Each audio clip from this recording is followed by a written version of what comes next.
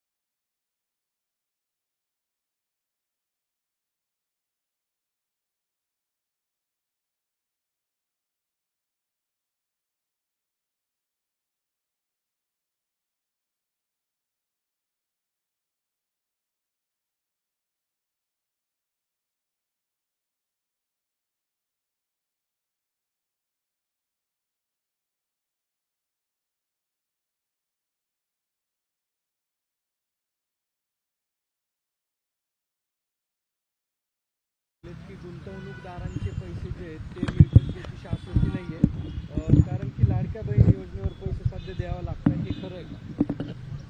आता हा प्रश्न तुम्ही गडकरी साहेबांना विचारायला पाहिजे, कारण का ते सत्तेमध्ये आहे आणि महाराष्ट्र सरकारमध्येही त्यांचा पक्ष आहे आणि केंद्र सरकारमध्येही त्यांचाच विचाराचा पक्ष आहे. त्याच्यामुळे अर्थातच गडकरी साहेबांना आमच्या सगळ्यांपेक्षा नक्कीच जास्त माहिती आतली माती असणार. त्यामुळे जेव्हा गडकरी साहेब हे बोलतात त्याच्यानंतर महाराष्ट्राचे नेते जे लोकसभेला त्या महायुतीबरोबर होते, राज ठाकरे, तेही तेच बोललेले आहेत आणि सातत्याने अनेक चॅनल आणि वर्तमानपत्रात जे तज्ज्ञ आहेत, इकॉनॉमिस्ट्स आहेत, त्यांच्या सगळ्या म्हणजे 3 झालेत, माननीय गडकरी साहेब, त्याच्यानंतर राज ठाकरेंचं वक्तव्य आणि इकॉनॉमिस्ट, असे 3 म्हणजे 2 सरकारच्या जवळचे आणि 1 न्यूट्रल, अशा सगळ्या तज्ज्ञ आणि नेत्यांच्याकडून वारंवार महाराष्ट्राची जी परिस्थिती आहे, महाराष्ट्राची इकॉनॉमी जी आहे ती अडचणीत आहे असं सातत्याने सरकारमध्ये असलेले लोक म्हणतात. जर सरकारमधले लोक म्हणत असतील की महाराष्ट्राची अर्थकारण आणि ही परिस्थिती अडचणीत आहे, तर ही अतिशय चिंतेची बाब आहे. अनेक महिने नाही वर्ष माननीय जयंत पाटील सातत्याने हे बोलत होते. डिसेंबरच्या अधिवेशनात ही सविस्तर ह्याच्यावरती माननीय जयंत पाटील साहेब बोललेले आहेत, तरी त्याची कुठलीही नोंद घेतलेली नाही. आणि आणखीन एक सिग्नल जो आपण घेतला पाहिजे की महाराष्ट्राचं फायनान्स मंत्रालय, वित्त मंत्रालय हे अनेक वेळा कॅबिनेटमध्ये, हे जे मी तुमच्या चॅनलवर आणि वर्तमानपत्रात वाचते की अनेक वेळा ऑब्जेक्शन्स घेतलेले जातात, विरोध केला जातो, पण त्याच्यावर दुर्लक्ष करून वित्त मंत्रालयाने काही रेकमेंडेशन, सूचना केल्या तरी त्याच्यावर कोणी ऐकत नाही आणि रेटून निर्णय घेतले जातात कॅबिनेटमध्ये, असं वर्तमानपत्रात आणि चॅनल्समध्ये येत आहे. त्यामुळे एकीकडे गडकरी साहेब म्हणतायत ते, एकीकडे राज ठाकरे म्हणतायत ते, अर्थतज्ज्ञ म्हणतायत, आणि वर्तमानपत्रात आलेली माहिती, फायनान्स मिनिस्टरची रिॲक्शन आणि जयंत पाटील जे खूप अभ्यासू आहेत आणि हे खातं अनेक वर्ष अतिशय चांगल्या पद्धतीने सांभाळलेलं आहे आणि जेव्हा जेव्हा जयंतराव या राज्याचे अर्थमंत्री राहिलेले आहेत, हे राज्य सरप्लसमध्ये राहिलेलं आहे. त्याच्यामुळे ही अतिशय चिंतेची बाब आहे. महाराष्ट्र हा देशातला सगळ्यात चांगलं इकॉनॉमी असणारं राज्य म्हणून त्याची ओळख गेले 5 दशकांची आहे. म्हणजे कैलासवासी यशवंतराव चव्हाणांपासून गेले 5 दशकं महाराष्ट्राची आर्थिक परिस्थिती अतिशय उत्तम राहिलेली आहे. पहिल्यांदा अशी भीती किंवा वास्तव बाहेर येतंय आणि याला जबाबदार फक्त आणि फक्त ट्रिपल इंजिनचं खोक्याचं सरकार आहे. कारण का त्यांनी महाराष्ट्रामध्ये प्रचंड गडबड करून ठेवली आहे. त्यांना कामांसाठी वेळ नसतो. उद्घाटनं, पब्लिसिटी, पक्ष फोडा, घरं फोडा, एवढंच ते काम करतात. काल सीएम बोलले की तुम्ही फक्त टीका करता, आम्ही भूमिपूजन नाही तर उद्घाटन करतो, एक खांब उभारलं नाही विरोधकांनी मेट्रोचं आणि आम्हाला टीका करतो. कसं आहे की काही लोक जे आमच्याबरोबरही सरकारमध्ये होते ते आमच्याच सरकारवर टीका करतात. ते विसरून गेले की जे आज खूप मोठ्या मनाने आमच्या सगळ्यांवर टीका करतात ते अनेक वर्ष आमच्याबरोबर एकत्र मंत्री महोदय म्हणून अनेकांनी काम केलेलं आहे. तुम्ही कदाचित त्याला इंग्रजीमध्ये एक छान शब्द आहे ॲम्निशिया, पण ह्यांना ॲम्निशिया होत नाही, ह्यांना सिलेक्टिव्ह ॲम्निशिया होतं. म्हणजे सोयीप्रमाणे ते विसरतात. त्याच्यामुळे सिलेक्टिव्ह ॲम्निशिया या सरकारला झालेला आहे. दुसरं असं काही काल सोलापूर जिल्ह्यात बऱ्यापैकी डेव्हलपमेंट झाली. मी पुन्हा पवार, शिंदे आणि मोहिते पाटील हे तिन्ही घरांनी एकत्र आल्यामुळे जिल्हा पुन्हा एकदा मव्याकडे आलाय. रणजितदादा काँग्रेस माड्याची जागा काँग्रेसला देऊन रणजितदादा तिकडून लढण्याची तयारी आज म्हणून बबनदादा लगेच सकाळ सकाळ साहेबांना भेटायला आलेत. नेमकं काय काय शिजतंय? असं काही शिजत नाही हो.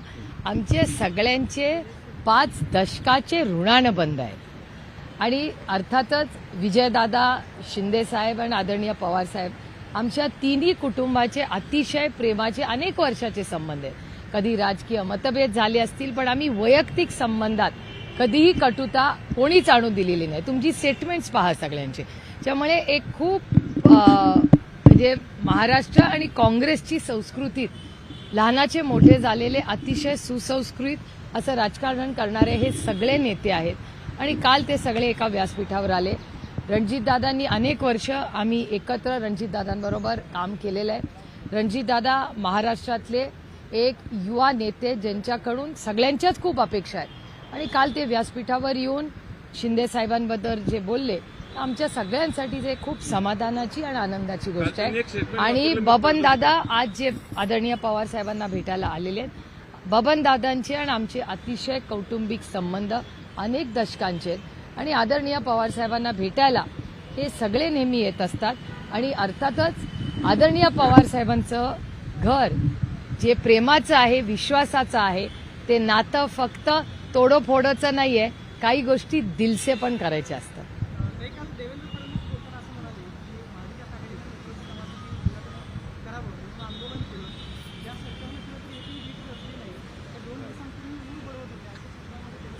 ठीक आहे. देवेंद्रजींना आता भ्रष्टाचार वगैरे असं आमच्यावर बोलायला काहीच राहिलं नाही ना. काय बोलणार? इतना तो हक बनता है देवेंद्रजी का. काहीतरी टीका करणार. ते विसरलेत की 2.5 वर्ष आमचंही सरकार होऊन गेलेलं आहे. पण ठीक आहे, मी तुम्हाला सांगितलं मगाशी तसं की या सरकारला सिलेक्टिव्ह ॲम्निशिया होतो वारंवार. त्याच्यामुळे ठीक आहे. ताई, वित्त विभागाचा विरोध असतानाही गिरीश महाजन आणि इंद्रनील नाईक यांच्या सूतगिरणीला काही कोट्यवधी शासनाने मंजूर केलेत. मला काय आश्चर्य वाटत नाही. नाही, शासन जे त्यांच्या बरोबर जातं, इन्कम टॅक्स, सीबीआय, ईडी किंवा आता जनमत त्यांच्या बरोबर नाहीये. म्हणजे इन्कम टॅक्स, सीबीआय आणि ईडी वाले त्यांना तोडायचं फोडायचं, नाहीतर त्यांना सरकारचा टॅक्स पेअरचा पैसा द्यायचा. हे जे मेहरबान शब्द तुम्ही वापरला, माझा नाहीये, हा मीडियाचा शब्द आहे की का मेहरबान आहेत. तर मेहरबान आहेत कारण का जनमत त्यांच्या बाजूनी नाही, लोक त्यांच्या बाजूनी नाहीत, म्हणून आता ते नेत्यांवर मेहरबान. हा तुमचा शब्द आहे, माझा नाही. हा वारंवार आपल्याला होताना दिसतोय. आणि वित्त मंत्रालय ही म्हणजे गेल्या काही दिवसाची एक स्टाईल झालेली आहे राज्यामध्ये, एक निर्णय प्रक्रिया की वित्त मंत्र्यांनी विरोध करायचा मंत्रालयाने आणि त्यानंतर कॅबिनेटनी त्याला ओव्हररूल करायचं. मुंबईमधली भूखंड असेल, पुण्यामधला भूखंड असेल, त्यानंतर नागपूरमधला भूखंड असेल, सूतगिरण्या असतील, हे सिलेक्टिव्हली साखर कारखान्यांना पण सिलेक्टिव्हली पैसे देतात. म्हणजे जर तुम्ही त्यांच्याबरोबर गेला, त्यांना मतदान केलं तर तुमको 100 खून माफ आहे. आणि तुम्ही विरोधी पक्षात असाल, विरोध म्हणजे काय, वैचारिक विरोध आहे, काही वैयक्तिक विरोध नाही. आणि वैयक्तिक विरोध नाही केला आणि वैचारिक विरोध केला, तुम्ही चांगले असला तरी तुम्हाला काही मिळणार नाही. तुमच्या बाजूनी जनमत असेल तरी तुम्हाला मिळणार. आता माझं आणि अमोलदादाचंच बघा ना. अमोलदादा आणि मी लोकप्रतिनिधी आहोत, लोकांनी निवडून आम्हाला पाठवलंय, तरी आम्हाला डीपीटीसीतून नाही पैसे मिळत. संग्राम थोपटेंचाही साखर कारखाना आहे, त्यांना नाही पैसे दिले. अशोक पवारांना कारखान्याला नाही पैसे दिले. ज्यांना दिले आम्हाला आनंदच आहे, त्यांना जरूर मदत करावी. पण मग सगळ्यांना वन साईज फिट्स ऑल. मग जो नियम कायदा तुम्ही बनवता, जर हा देश संविधानाने चालतो तर मग सगळे नियम कायदे सगळ्यांसाठी समान असले पाहिजेत. निमंत्रित आहे म्हणे तुम्ही, हक्क नाही तुमचं. काय दादा म्हणतात खासदार आमदारांवर हक्क नाही, फक्त निमंत्रित आहे म्हणे. आता ठीक आहे, मग बाकी मग माझं तेच म्हणणं आहे ना, हा देश संविधानाने चालला पाहिजे. जर श्रीरंग भरणेंना मिळतंय आम्हाला आनंद आहे, पण जर श्रीरंग भरणेंना मिळत असेल आणि ते आमच्यासारखेच लोकशाही पद्धतीने निवडून आलेत, श्रीरंग भरणेंना मिळतंय खूप छान आहे, आनंद आहे. पण मग शिरूर आणि बारामतीवर अन्याय का? शिरूर आणि बारामतीच्या मायबाप जनतेने काय चुकलं बाबा? दादाच बारामतीवर अन्याय करतो. आता data speaks louder than words. मी काय आरोप करत नाही, मी फॅक्ट्स तुमच्या समोर ठेवते की श्रीरंग भारडेंना जे दिलं जातं आम्हाला आनंद आहे, पण बारामती आणि शिरूरवर का हे सरकार नाराज आहे याचं उत्तर माझ्याकडे नाही. बारामती लोकांनी पाडलं म्हणून. आता याचं उत्तर तुम्हाला ट्रिपल इंजिन खोके सरकारला विचारायला लागेल. मी कसं सांगू? सुनील तटकरे असं म्हटलेत की लोकसभेला आमचा वोट जो आहे तो भाजपला कन्वर्ट झाला नाही, मात्र आता ती परिस्थिती होणार नाही, आमचे मतही भाजपला जातील आणि भाजपची मतं आम्हाला येतील असं वाटतं का? मला नाही माहिती बाई, दुसरे के घर में क्यों झाकू मैं. ताई, एकीकडे आपण म्हणतो की महाराष्ट्रातले उद्योग बाहेर गेलेले आहेत आणि त्याच वेळेस काल उदय सामंत म्हणले की औद्योगिक क्षेत्रात FDIs मध्ये महाराष्ट्र नंबर 1ला आले.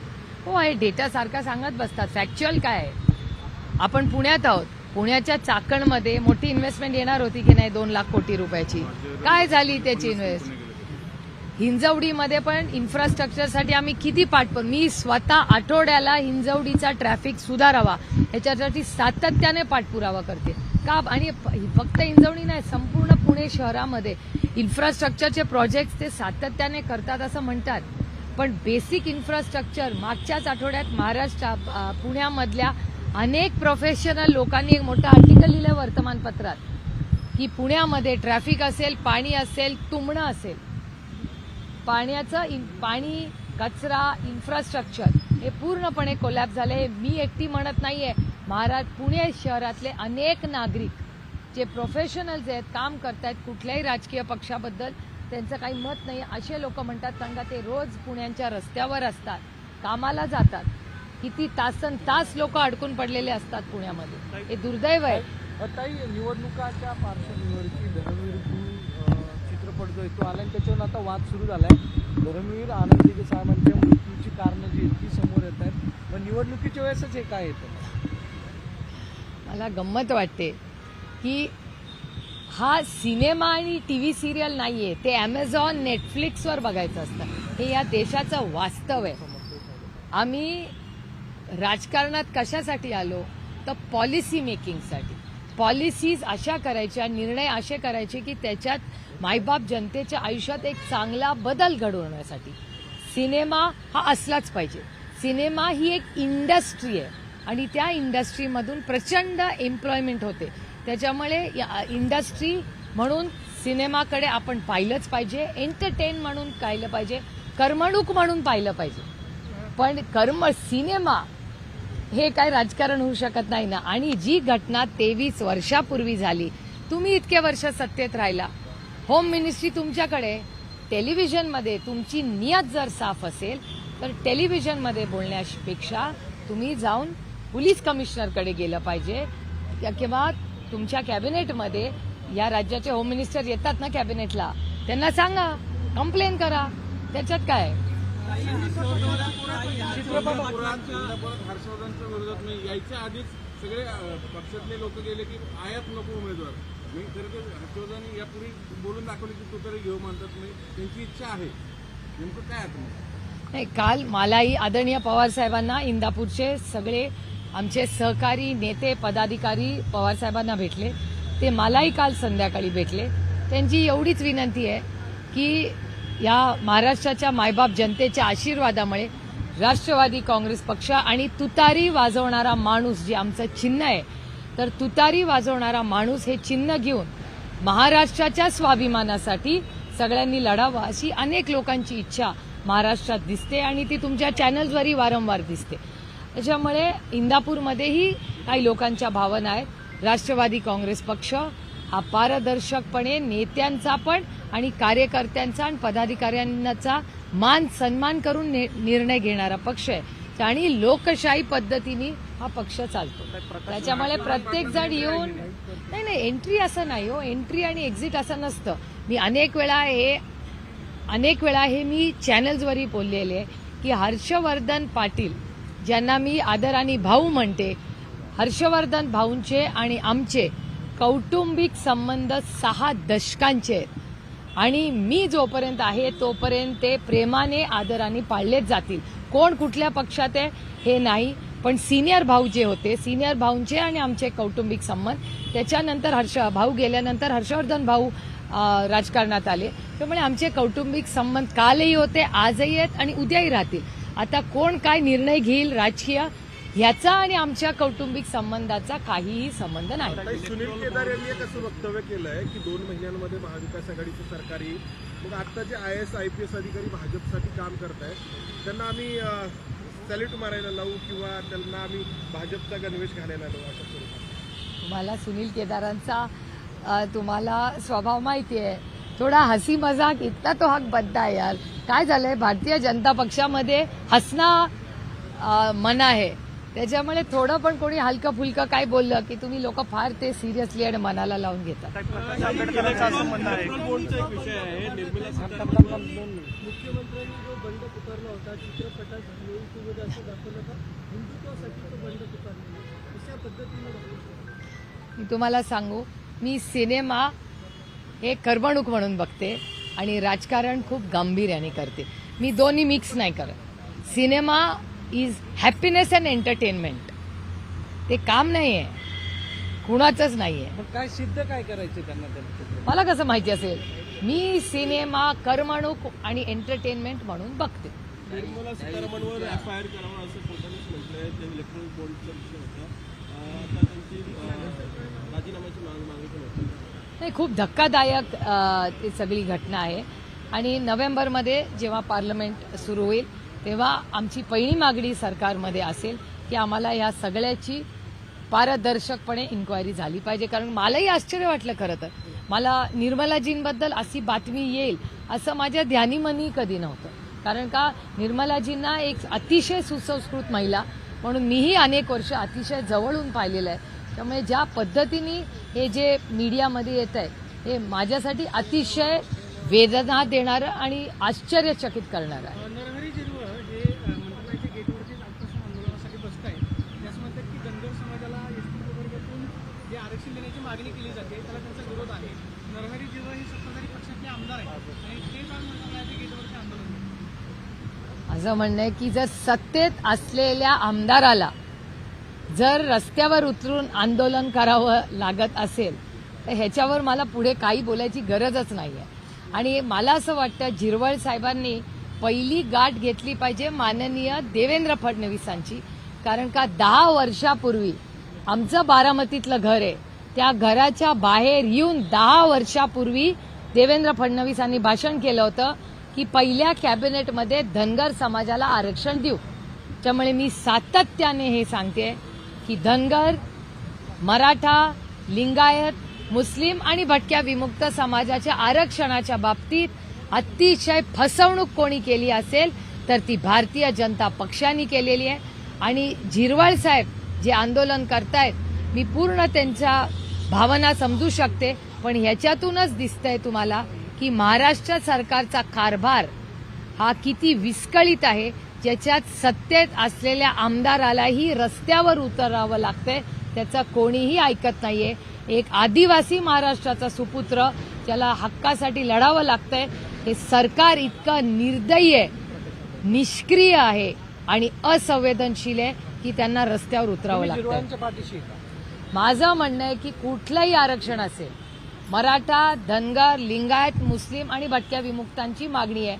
सगळ्यांच्या बाबतीत मी अनेक वेळा महाराष्ट्र सरकारला आणि तुम्हालाही चॅनलला सांगितलेलं आहे, आमची भूमिका आहे जे सत्तेत आहेत त्यांनी एक बिल आणावं, त्या बिलवर सगळे मिळून चर्चा करू आणि चर्चा करून जेव्हा मार्ग निघेल तेव्हा कुणाचंही सरकार असू दे, मग ते मोदी सरकार असू दे, NDA सरकार असू दे, काँग्रेसचं सरकार असू दे, UPAचं सरकार असू दे, कुणाचंही सरकार असलं तरी आरक्षणाच्या बाबतीत मराठा, धनगर, लिंगायत, मुस्लिम आणि भटक्या विमुक्त समाजाच्या हक्कासाठी आणि आदिवासींच्या हक्कासाठी आम्ही ताकदीने जे सरकार असेल त्याच्याबरोबर उभं राहू. आम्ही त्याच्यात राजकारण कधी आणलं नाही आणि कधी आणणारही नाही. काही राजकीय ऍडजस्टमेंटसाठी निलेश राणे काहीतरी शिंदे सेनेत जाणार म्हणतात की मला काही माहिती नाही बाबा.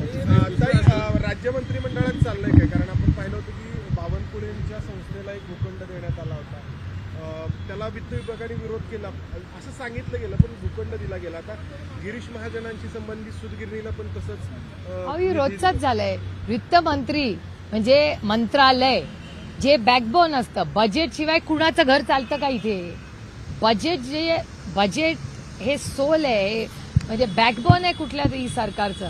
आणि सातत्याने वित्त मंत्रालयाच्या विरोधात त्यांच्या प्रत्येक ऑब्जेक्शनला केराची टोपली दाखवली जाते. हे दुर्दैव आहे की वित्त मंत्रालय जे एवढं मोठं आणि महत्वाचं मंत्रालय आहे त्याचा एकही ऑब्जेक्शनला गांभीर्याने घेतलं जात नाही. आणि काल जे गडकरी साहेब म्हणाले, त्यांचे मित्रपक्ष राज ठाकरे म्हणाले आणि जे इकॉनॉमिस्ट आहेत, अर्थतज्ञ आहेत, ते वारंवार महाराष्ट्राच्या आर्थिक स्थितीबद्दल बोलत राहतात. त्यामुळे अतिशय जेव्हा आता गडकरी साहेबच बोललेत त्याच्यामुळे मला असं वाटतं त्याच्यावर शिक्कामोर्तब झालेला आहे. अतिशय गंभीर महाराष्ट्राची परिस्थिती आहे. सध्याच्या महाराष्ट्रामध्ये पवार साहेबांच्या पक्षाला प्रचंड मागणी आहे, लोकांचा ओढा आहे. पण साहेबांनी खरं तर आजवर आर पाटलांसारख्या अनेकांना संधी दिली गोरगरीब घरातनं आलेल्या तरुणांना. पण मग पुन्हा नेते जे बंडखोर नेते तिकडे गेले त्यांच्या मुलांना आपण का घेतोय? घराणेशाहीचा आरोप का आपण पाणी घालतोय? नाही, एक तर मी स्वतःच घराणेशाही आहे. भारतीय जनता पक्ष सातत्याने परिवारवाद हा आरोप माझ्यावर होतो. मी परिवारवाद आहे, त्याच्यात काही वादच नाही आणि त्याच्यात मला कुठलाही कमीपणा वाटत नाही, पहिला मुद्दा. आणि आता भारतीय जनता पक्ष कुठल्या तोंडाने मला परिवारवाद म्हणतात? कारण का ज्यांच्यावर आमच्या सगळ्यांवर आरोप जे ते परिवाराचे केले, अर्धा परिवारवाद सगळा बीजेपीकडेच आहे. त्याच्यामुळे जशी मी परिवारवाद आहे तसं अजित पवारही परिवारवादच आहे. त्याच्यामुळे आता भारतीय जनता पक्षाकडे जसं भ्रष्टाचाराबद्दल आमच्याबद्दल बोलू शकत नाहीत तसं परिवारवादाबद्दलही बोलू शकत नाही. आणि हे खरं तर मी पुन्हा एकदा म्हणते की विनम्रपणे मी मायबाप जनतेच्या समोर महाराष्ट्राच्या नतमस्तक होते की 1 वर्षापूर्वी आमच्याकडे पक्ष चिन्ह काही नव्हतं, फकीर ते आम. पण पांडुरंगाची इच्छा की रामकृष्ण हरी आणि वाजवा तुतारी वाजवणारा माणूस हे चिन्ह आम्हाला मिळालं. आणि महाराष्ट्राची मायबाप जनता ही आमच्याबरोबर महाराष्ट्राच्या स्वाभिमानासाठी उभी राहिली. आणि आता अनेक लोक आदरणीय पवार साहेबांना भेटायला येतात. आता निर्णय काय होईल हा पक्षामधले सगळे ज्येष्ठ नेते आदरणीय पवार साहेब, देशमुख साहेब, राजेश भैया, जितेंद्र आव्हाड, माननीय जयंत पाटील साहेब हे सगळे आम्ही मिळून करू. पण आज जे तिकीट मागायला आणि आदरणीय पवार साहेबांची भेट घेत आहेत, अतिथी देवो भव, प्रत्येकाचं आमच्याकडे हे स्वागतच होईल. कारण अहो ही महाराष्ट्राची संस्कृती आहे, सुसंस्कृतपणा. विरोधक असला म्हणून काय झालं? एक तर तो दिलदार असला पाहिजे आणि विरोधक असला म्हणून तो काय आपला शत्रू होत नाही. प्रकाश आंबेडकरांचं असं म्हणणं आहे की 8 ऑक्टोबर ते 12 ऑक्टोबरच्या मोठा भूकंप होईल. कितपत तथ्य आहे? कसला भूकंप? राजकीय भूकंप. मला कसं माहिती असेल? महाराष्ट्रात तशी परिस्थिती आहे का? मला कसं माहिती असणार? मला महाराष्ट्रात वाढणारी महागाई, तेलाचा भाव वाढलाय, घरी जाऊन बायकोला विचारा. आता ऐन सणाच्या वेळी घरच्या तेलाचा भाव वाढलाय. त्यानंतर आनंदाचा शिदा, आता पॅक, परत फोटोवरनं वाद होतील, काय काय होईल गॉड अलोन, भगवान जाणे. तर तेलाचा भाव वाढलाय, महागाई वाढली आहे, बेरोजगारी वाढली आहे, भ्रष्टाचार वाढलाय. या सगळ्या कामांमध्ये इतके भूकंप रोज होत आहेत. अजून एक भूकंप, पण तो राजकीय आहे. फक्त त्या भूकंपामुळे महागाई, बेरोजगारी आणि भ्रष्टाचार वाढू नये या राज्यात, एवढीच माझी इच्छा बाबा.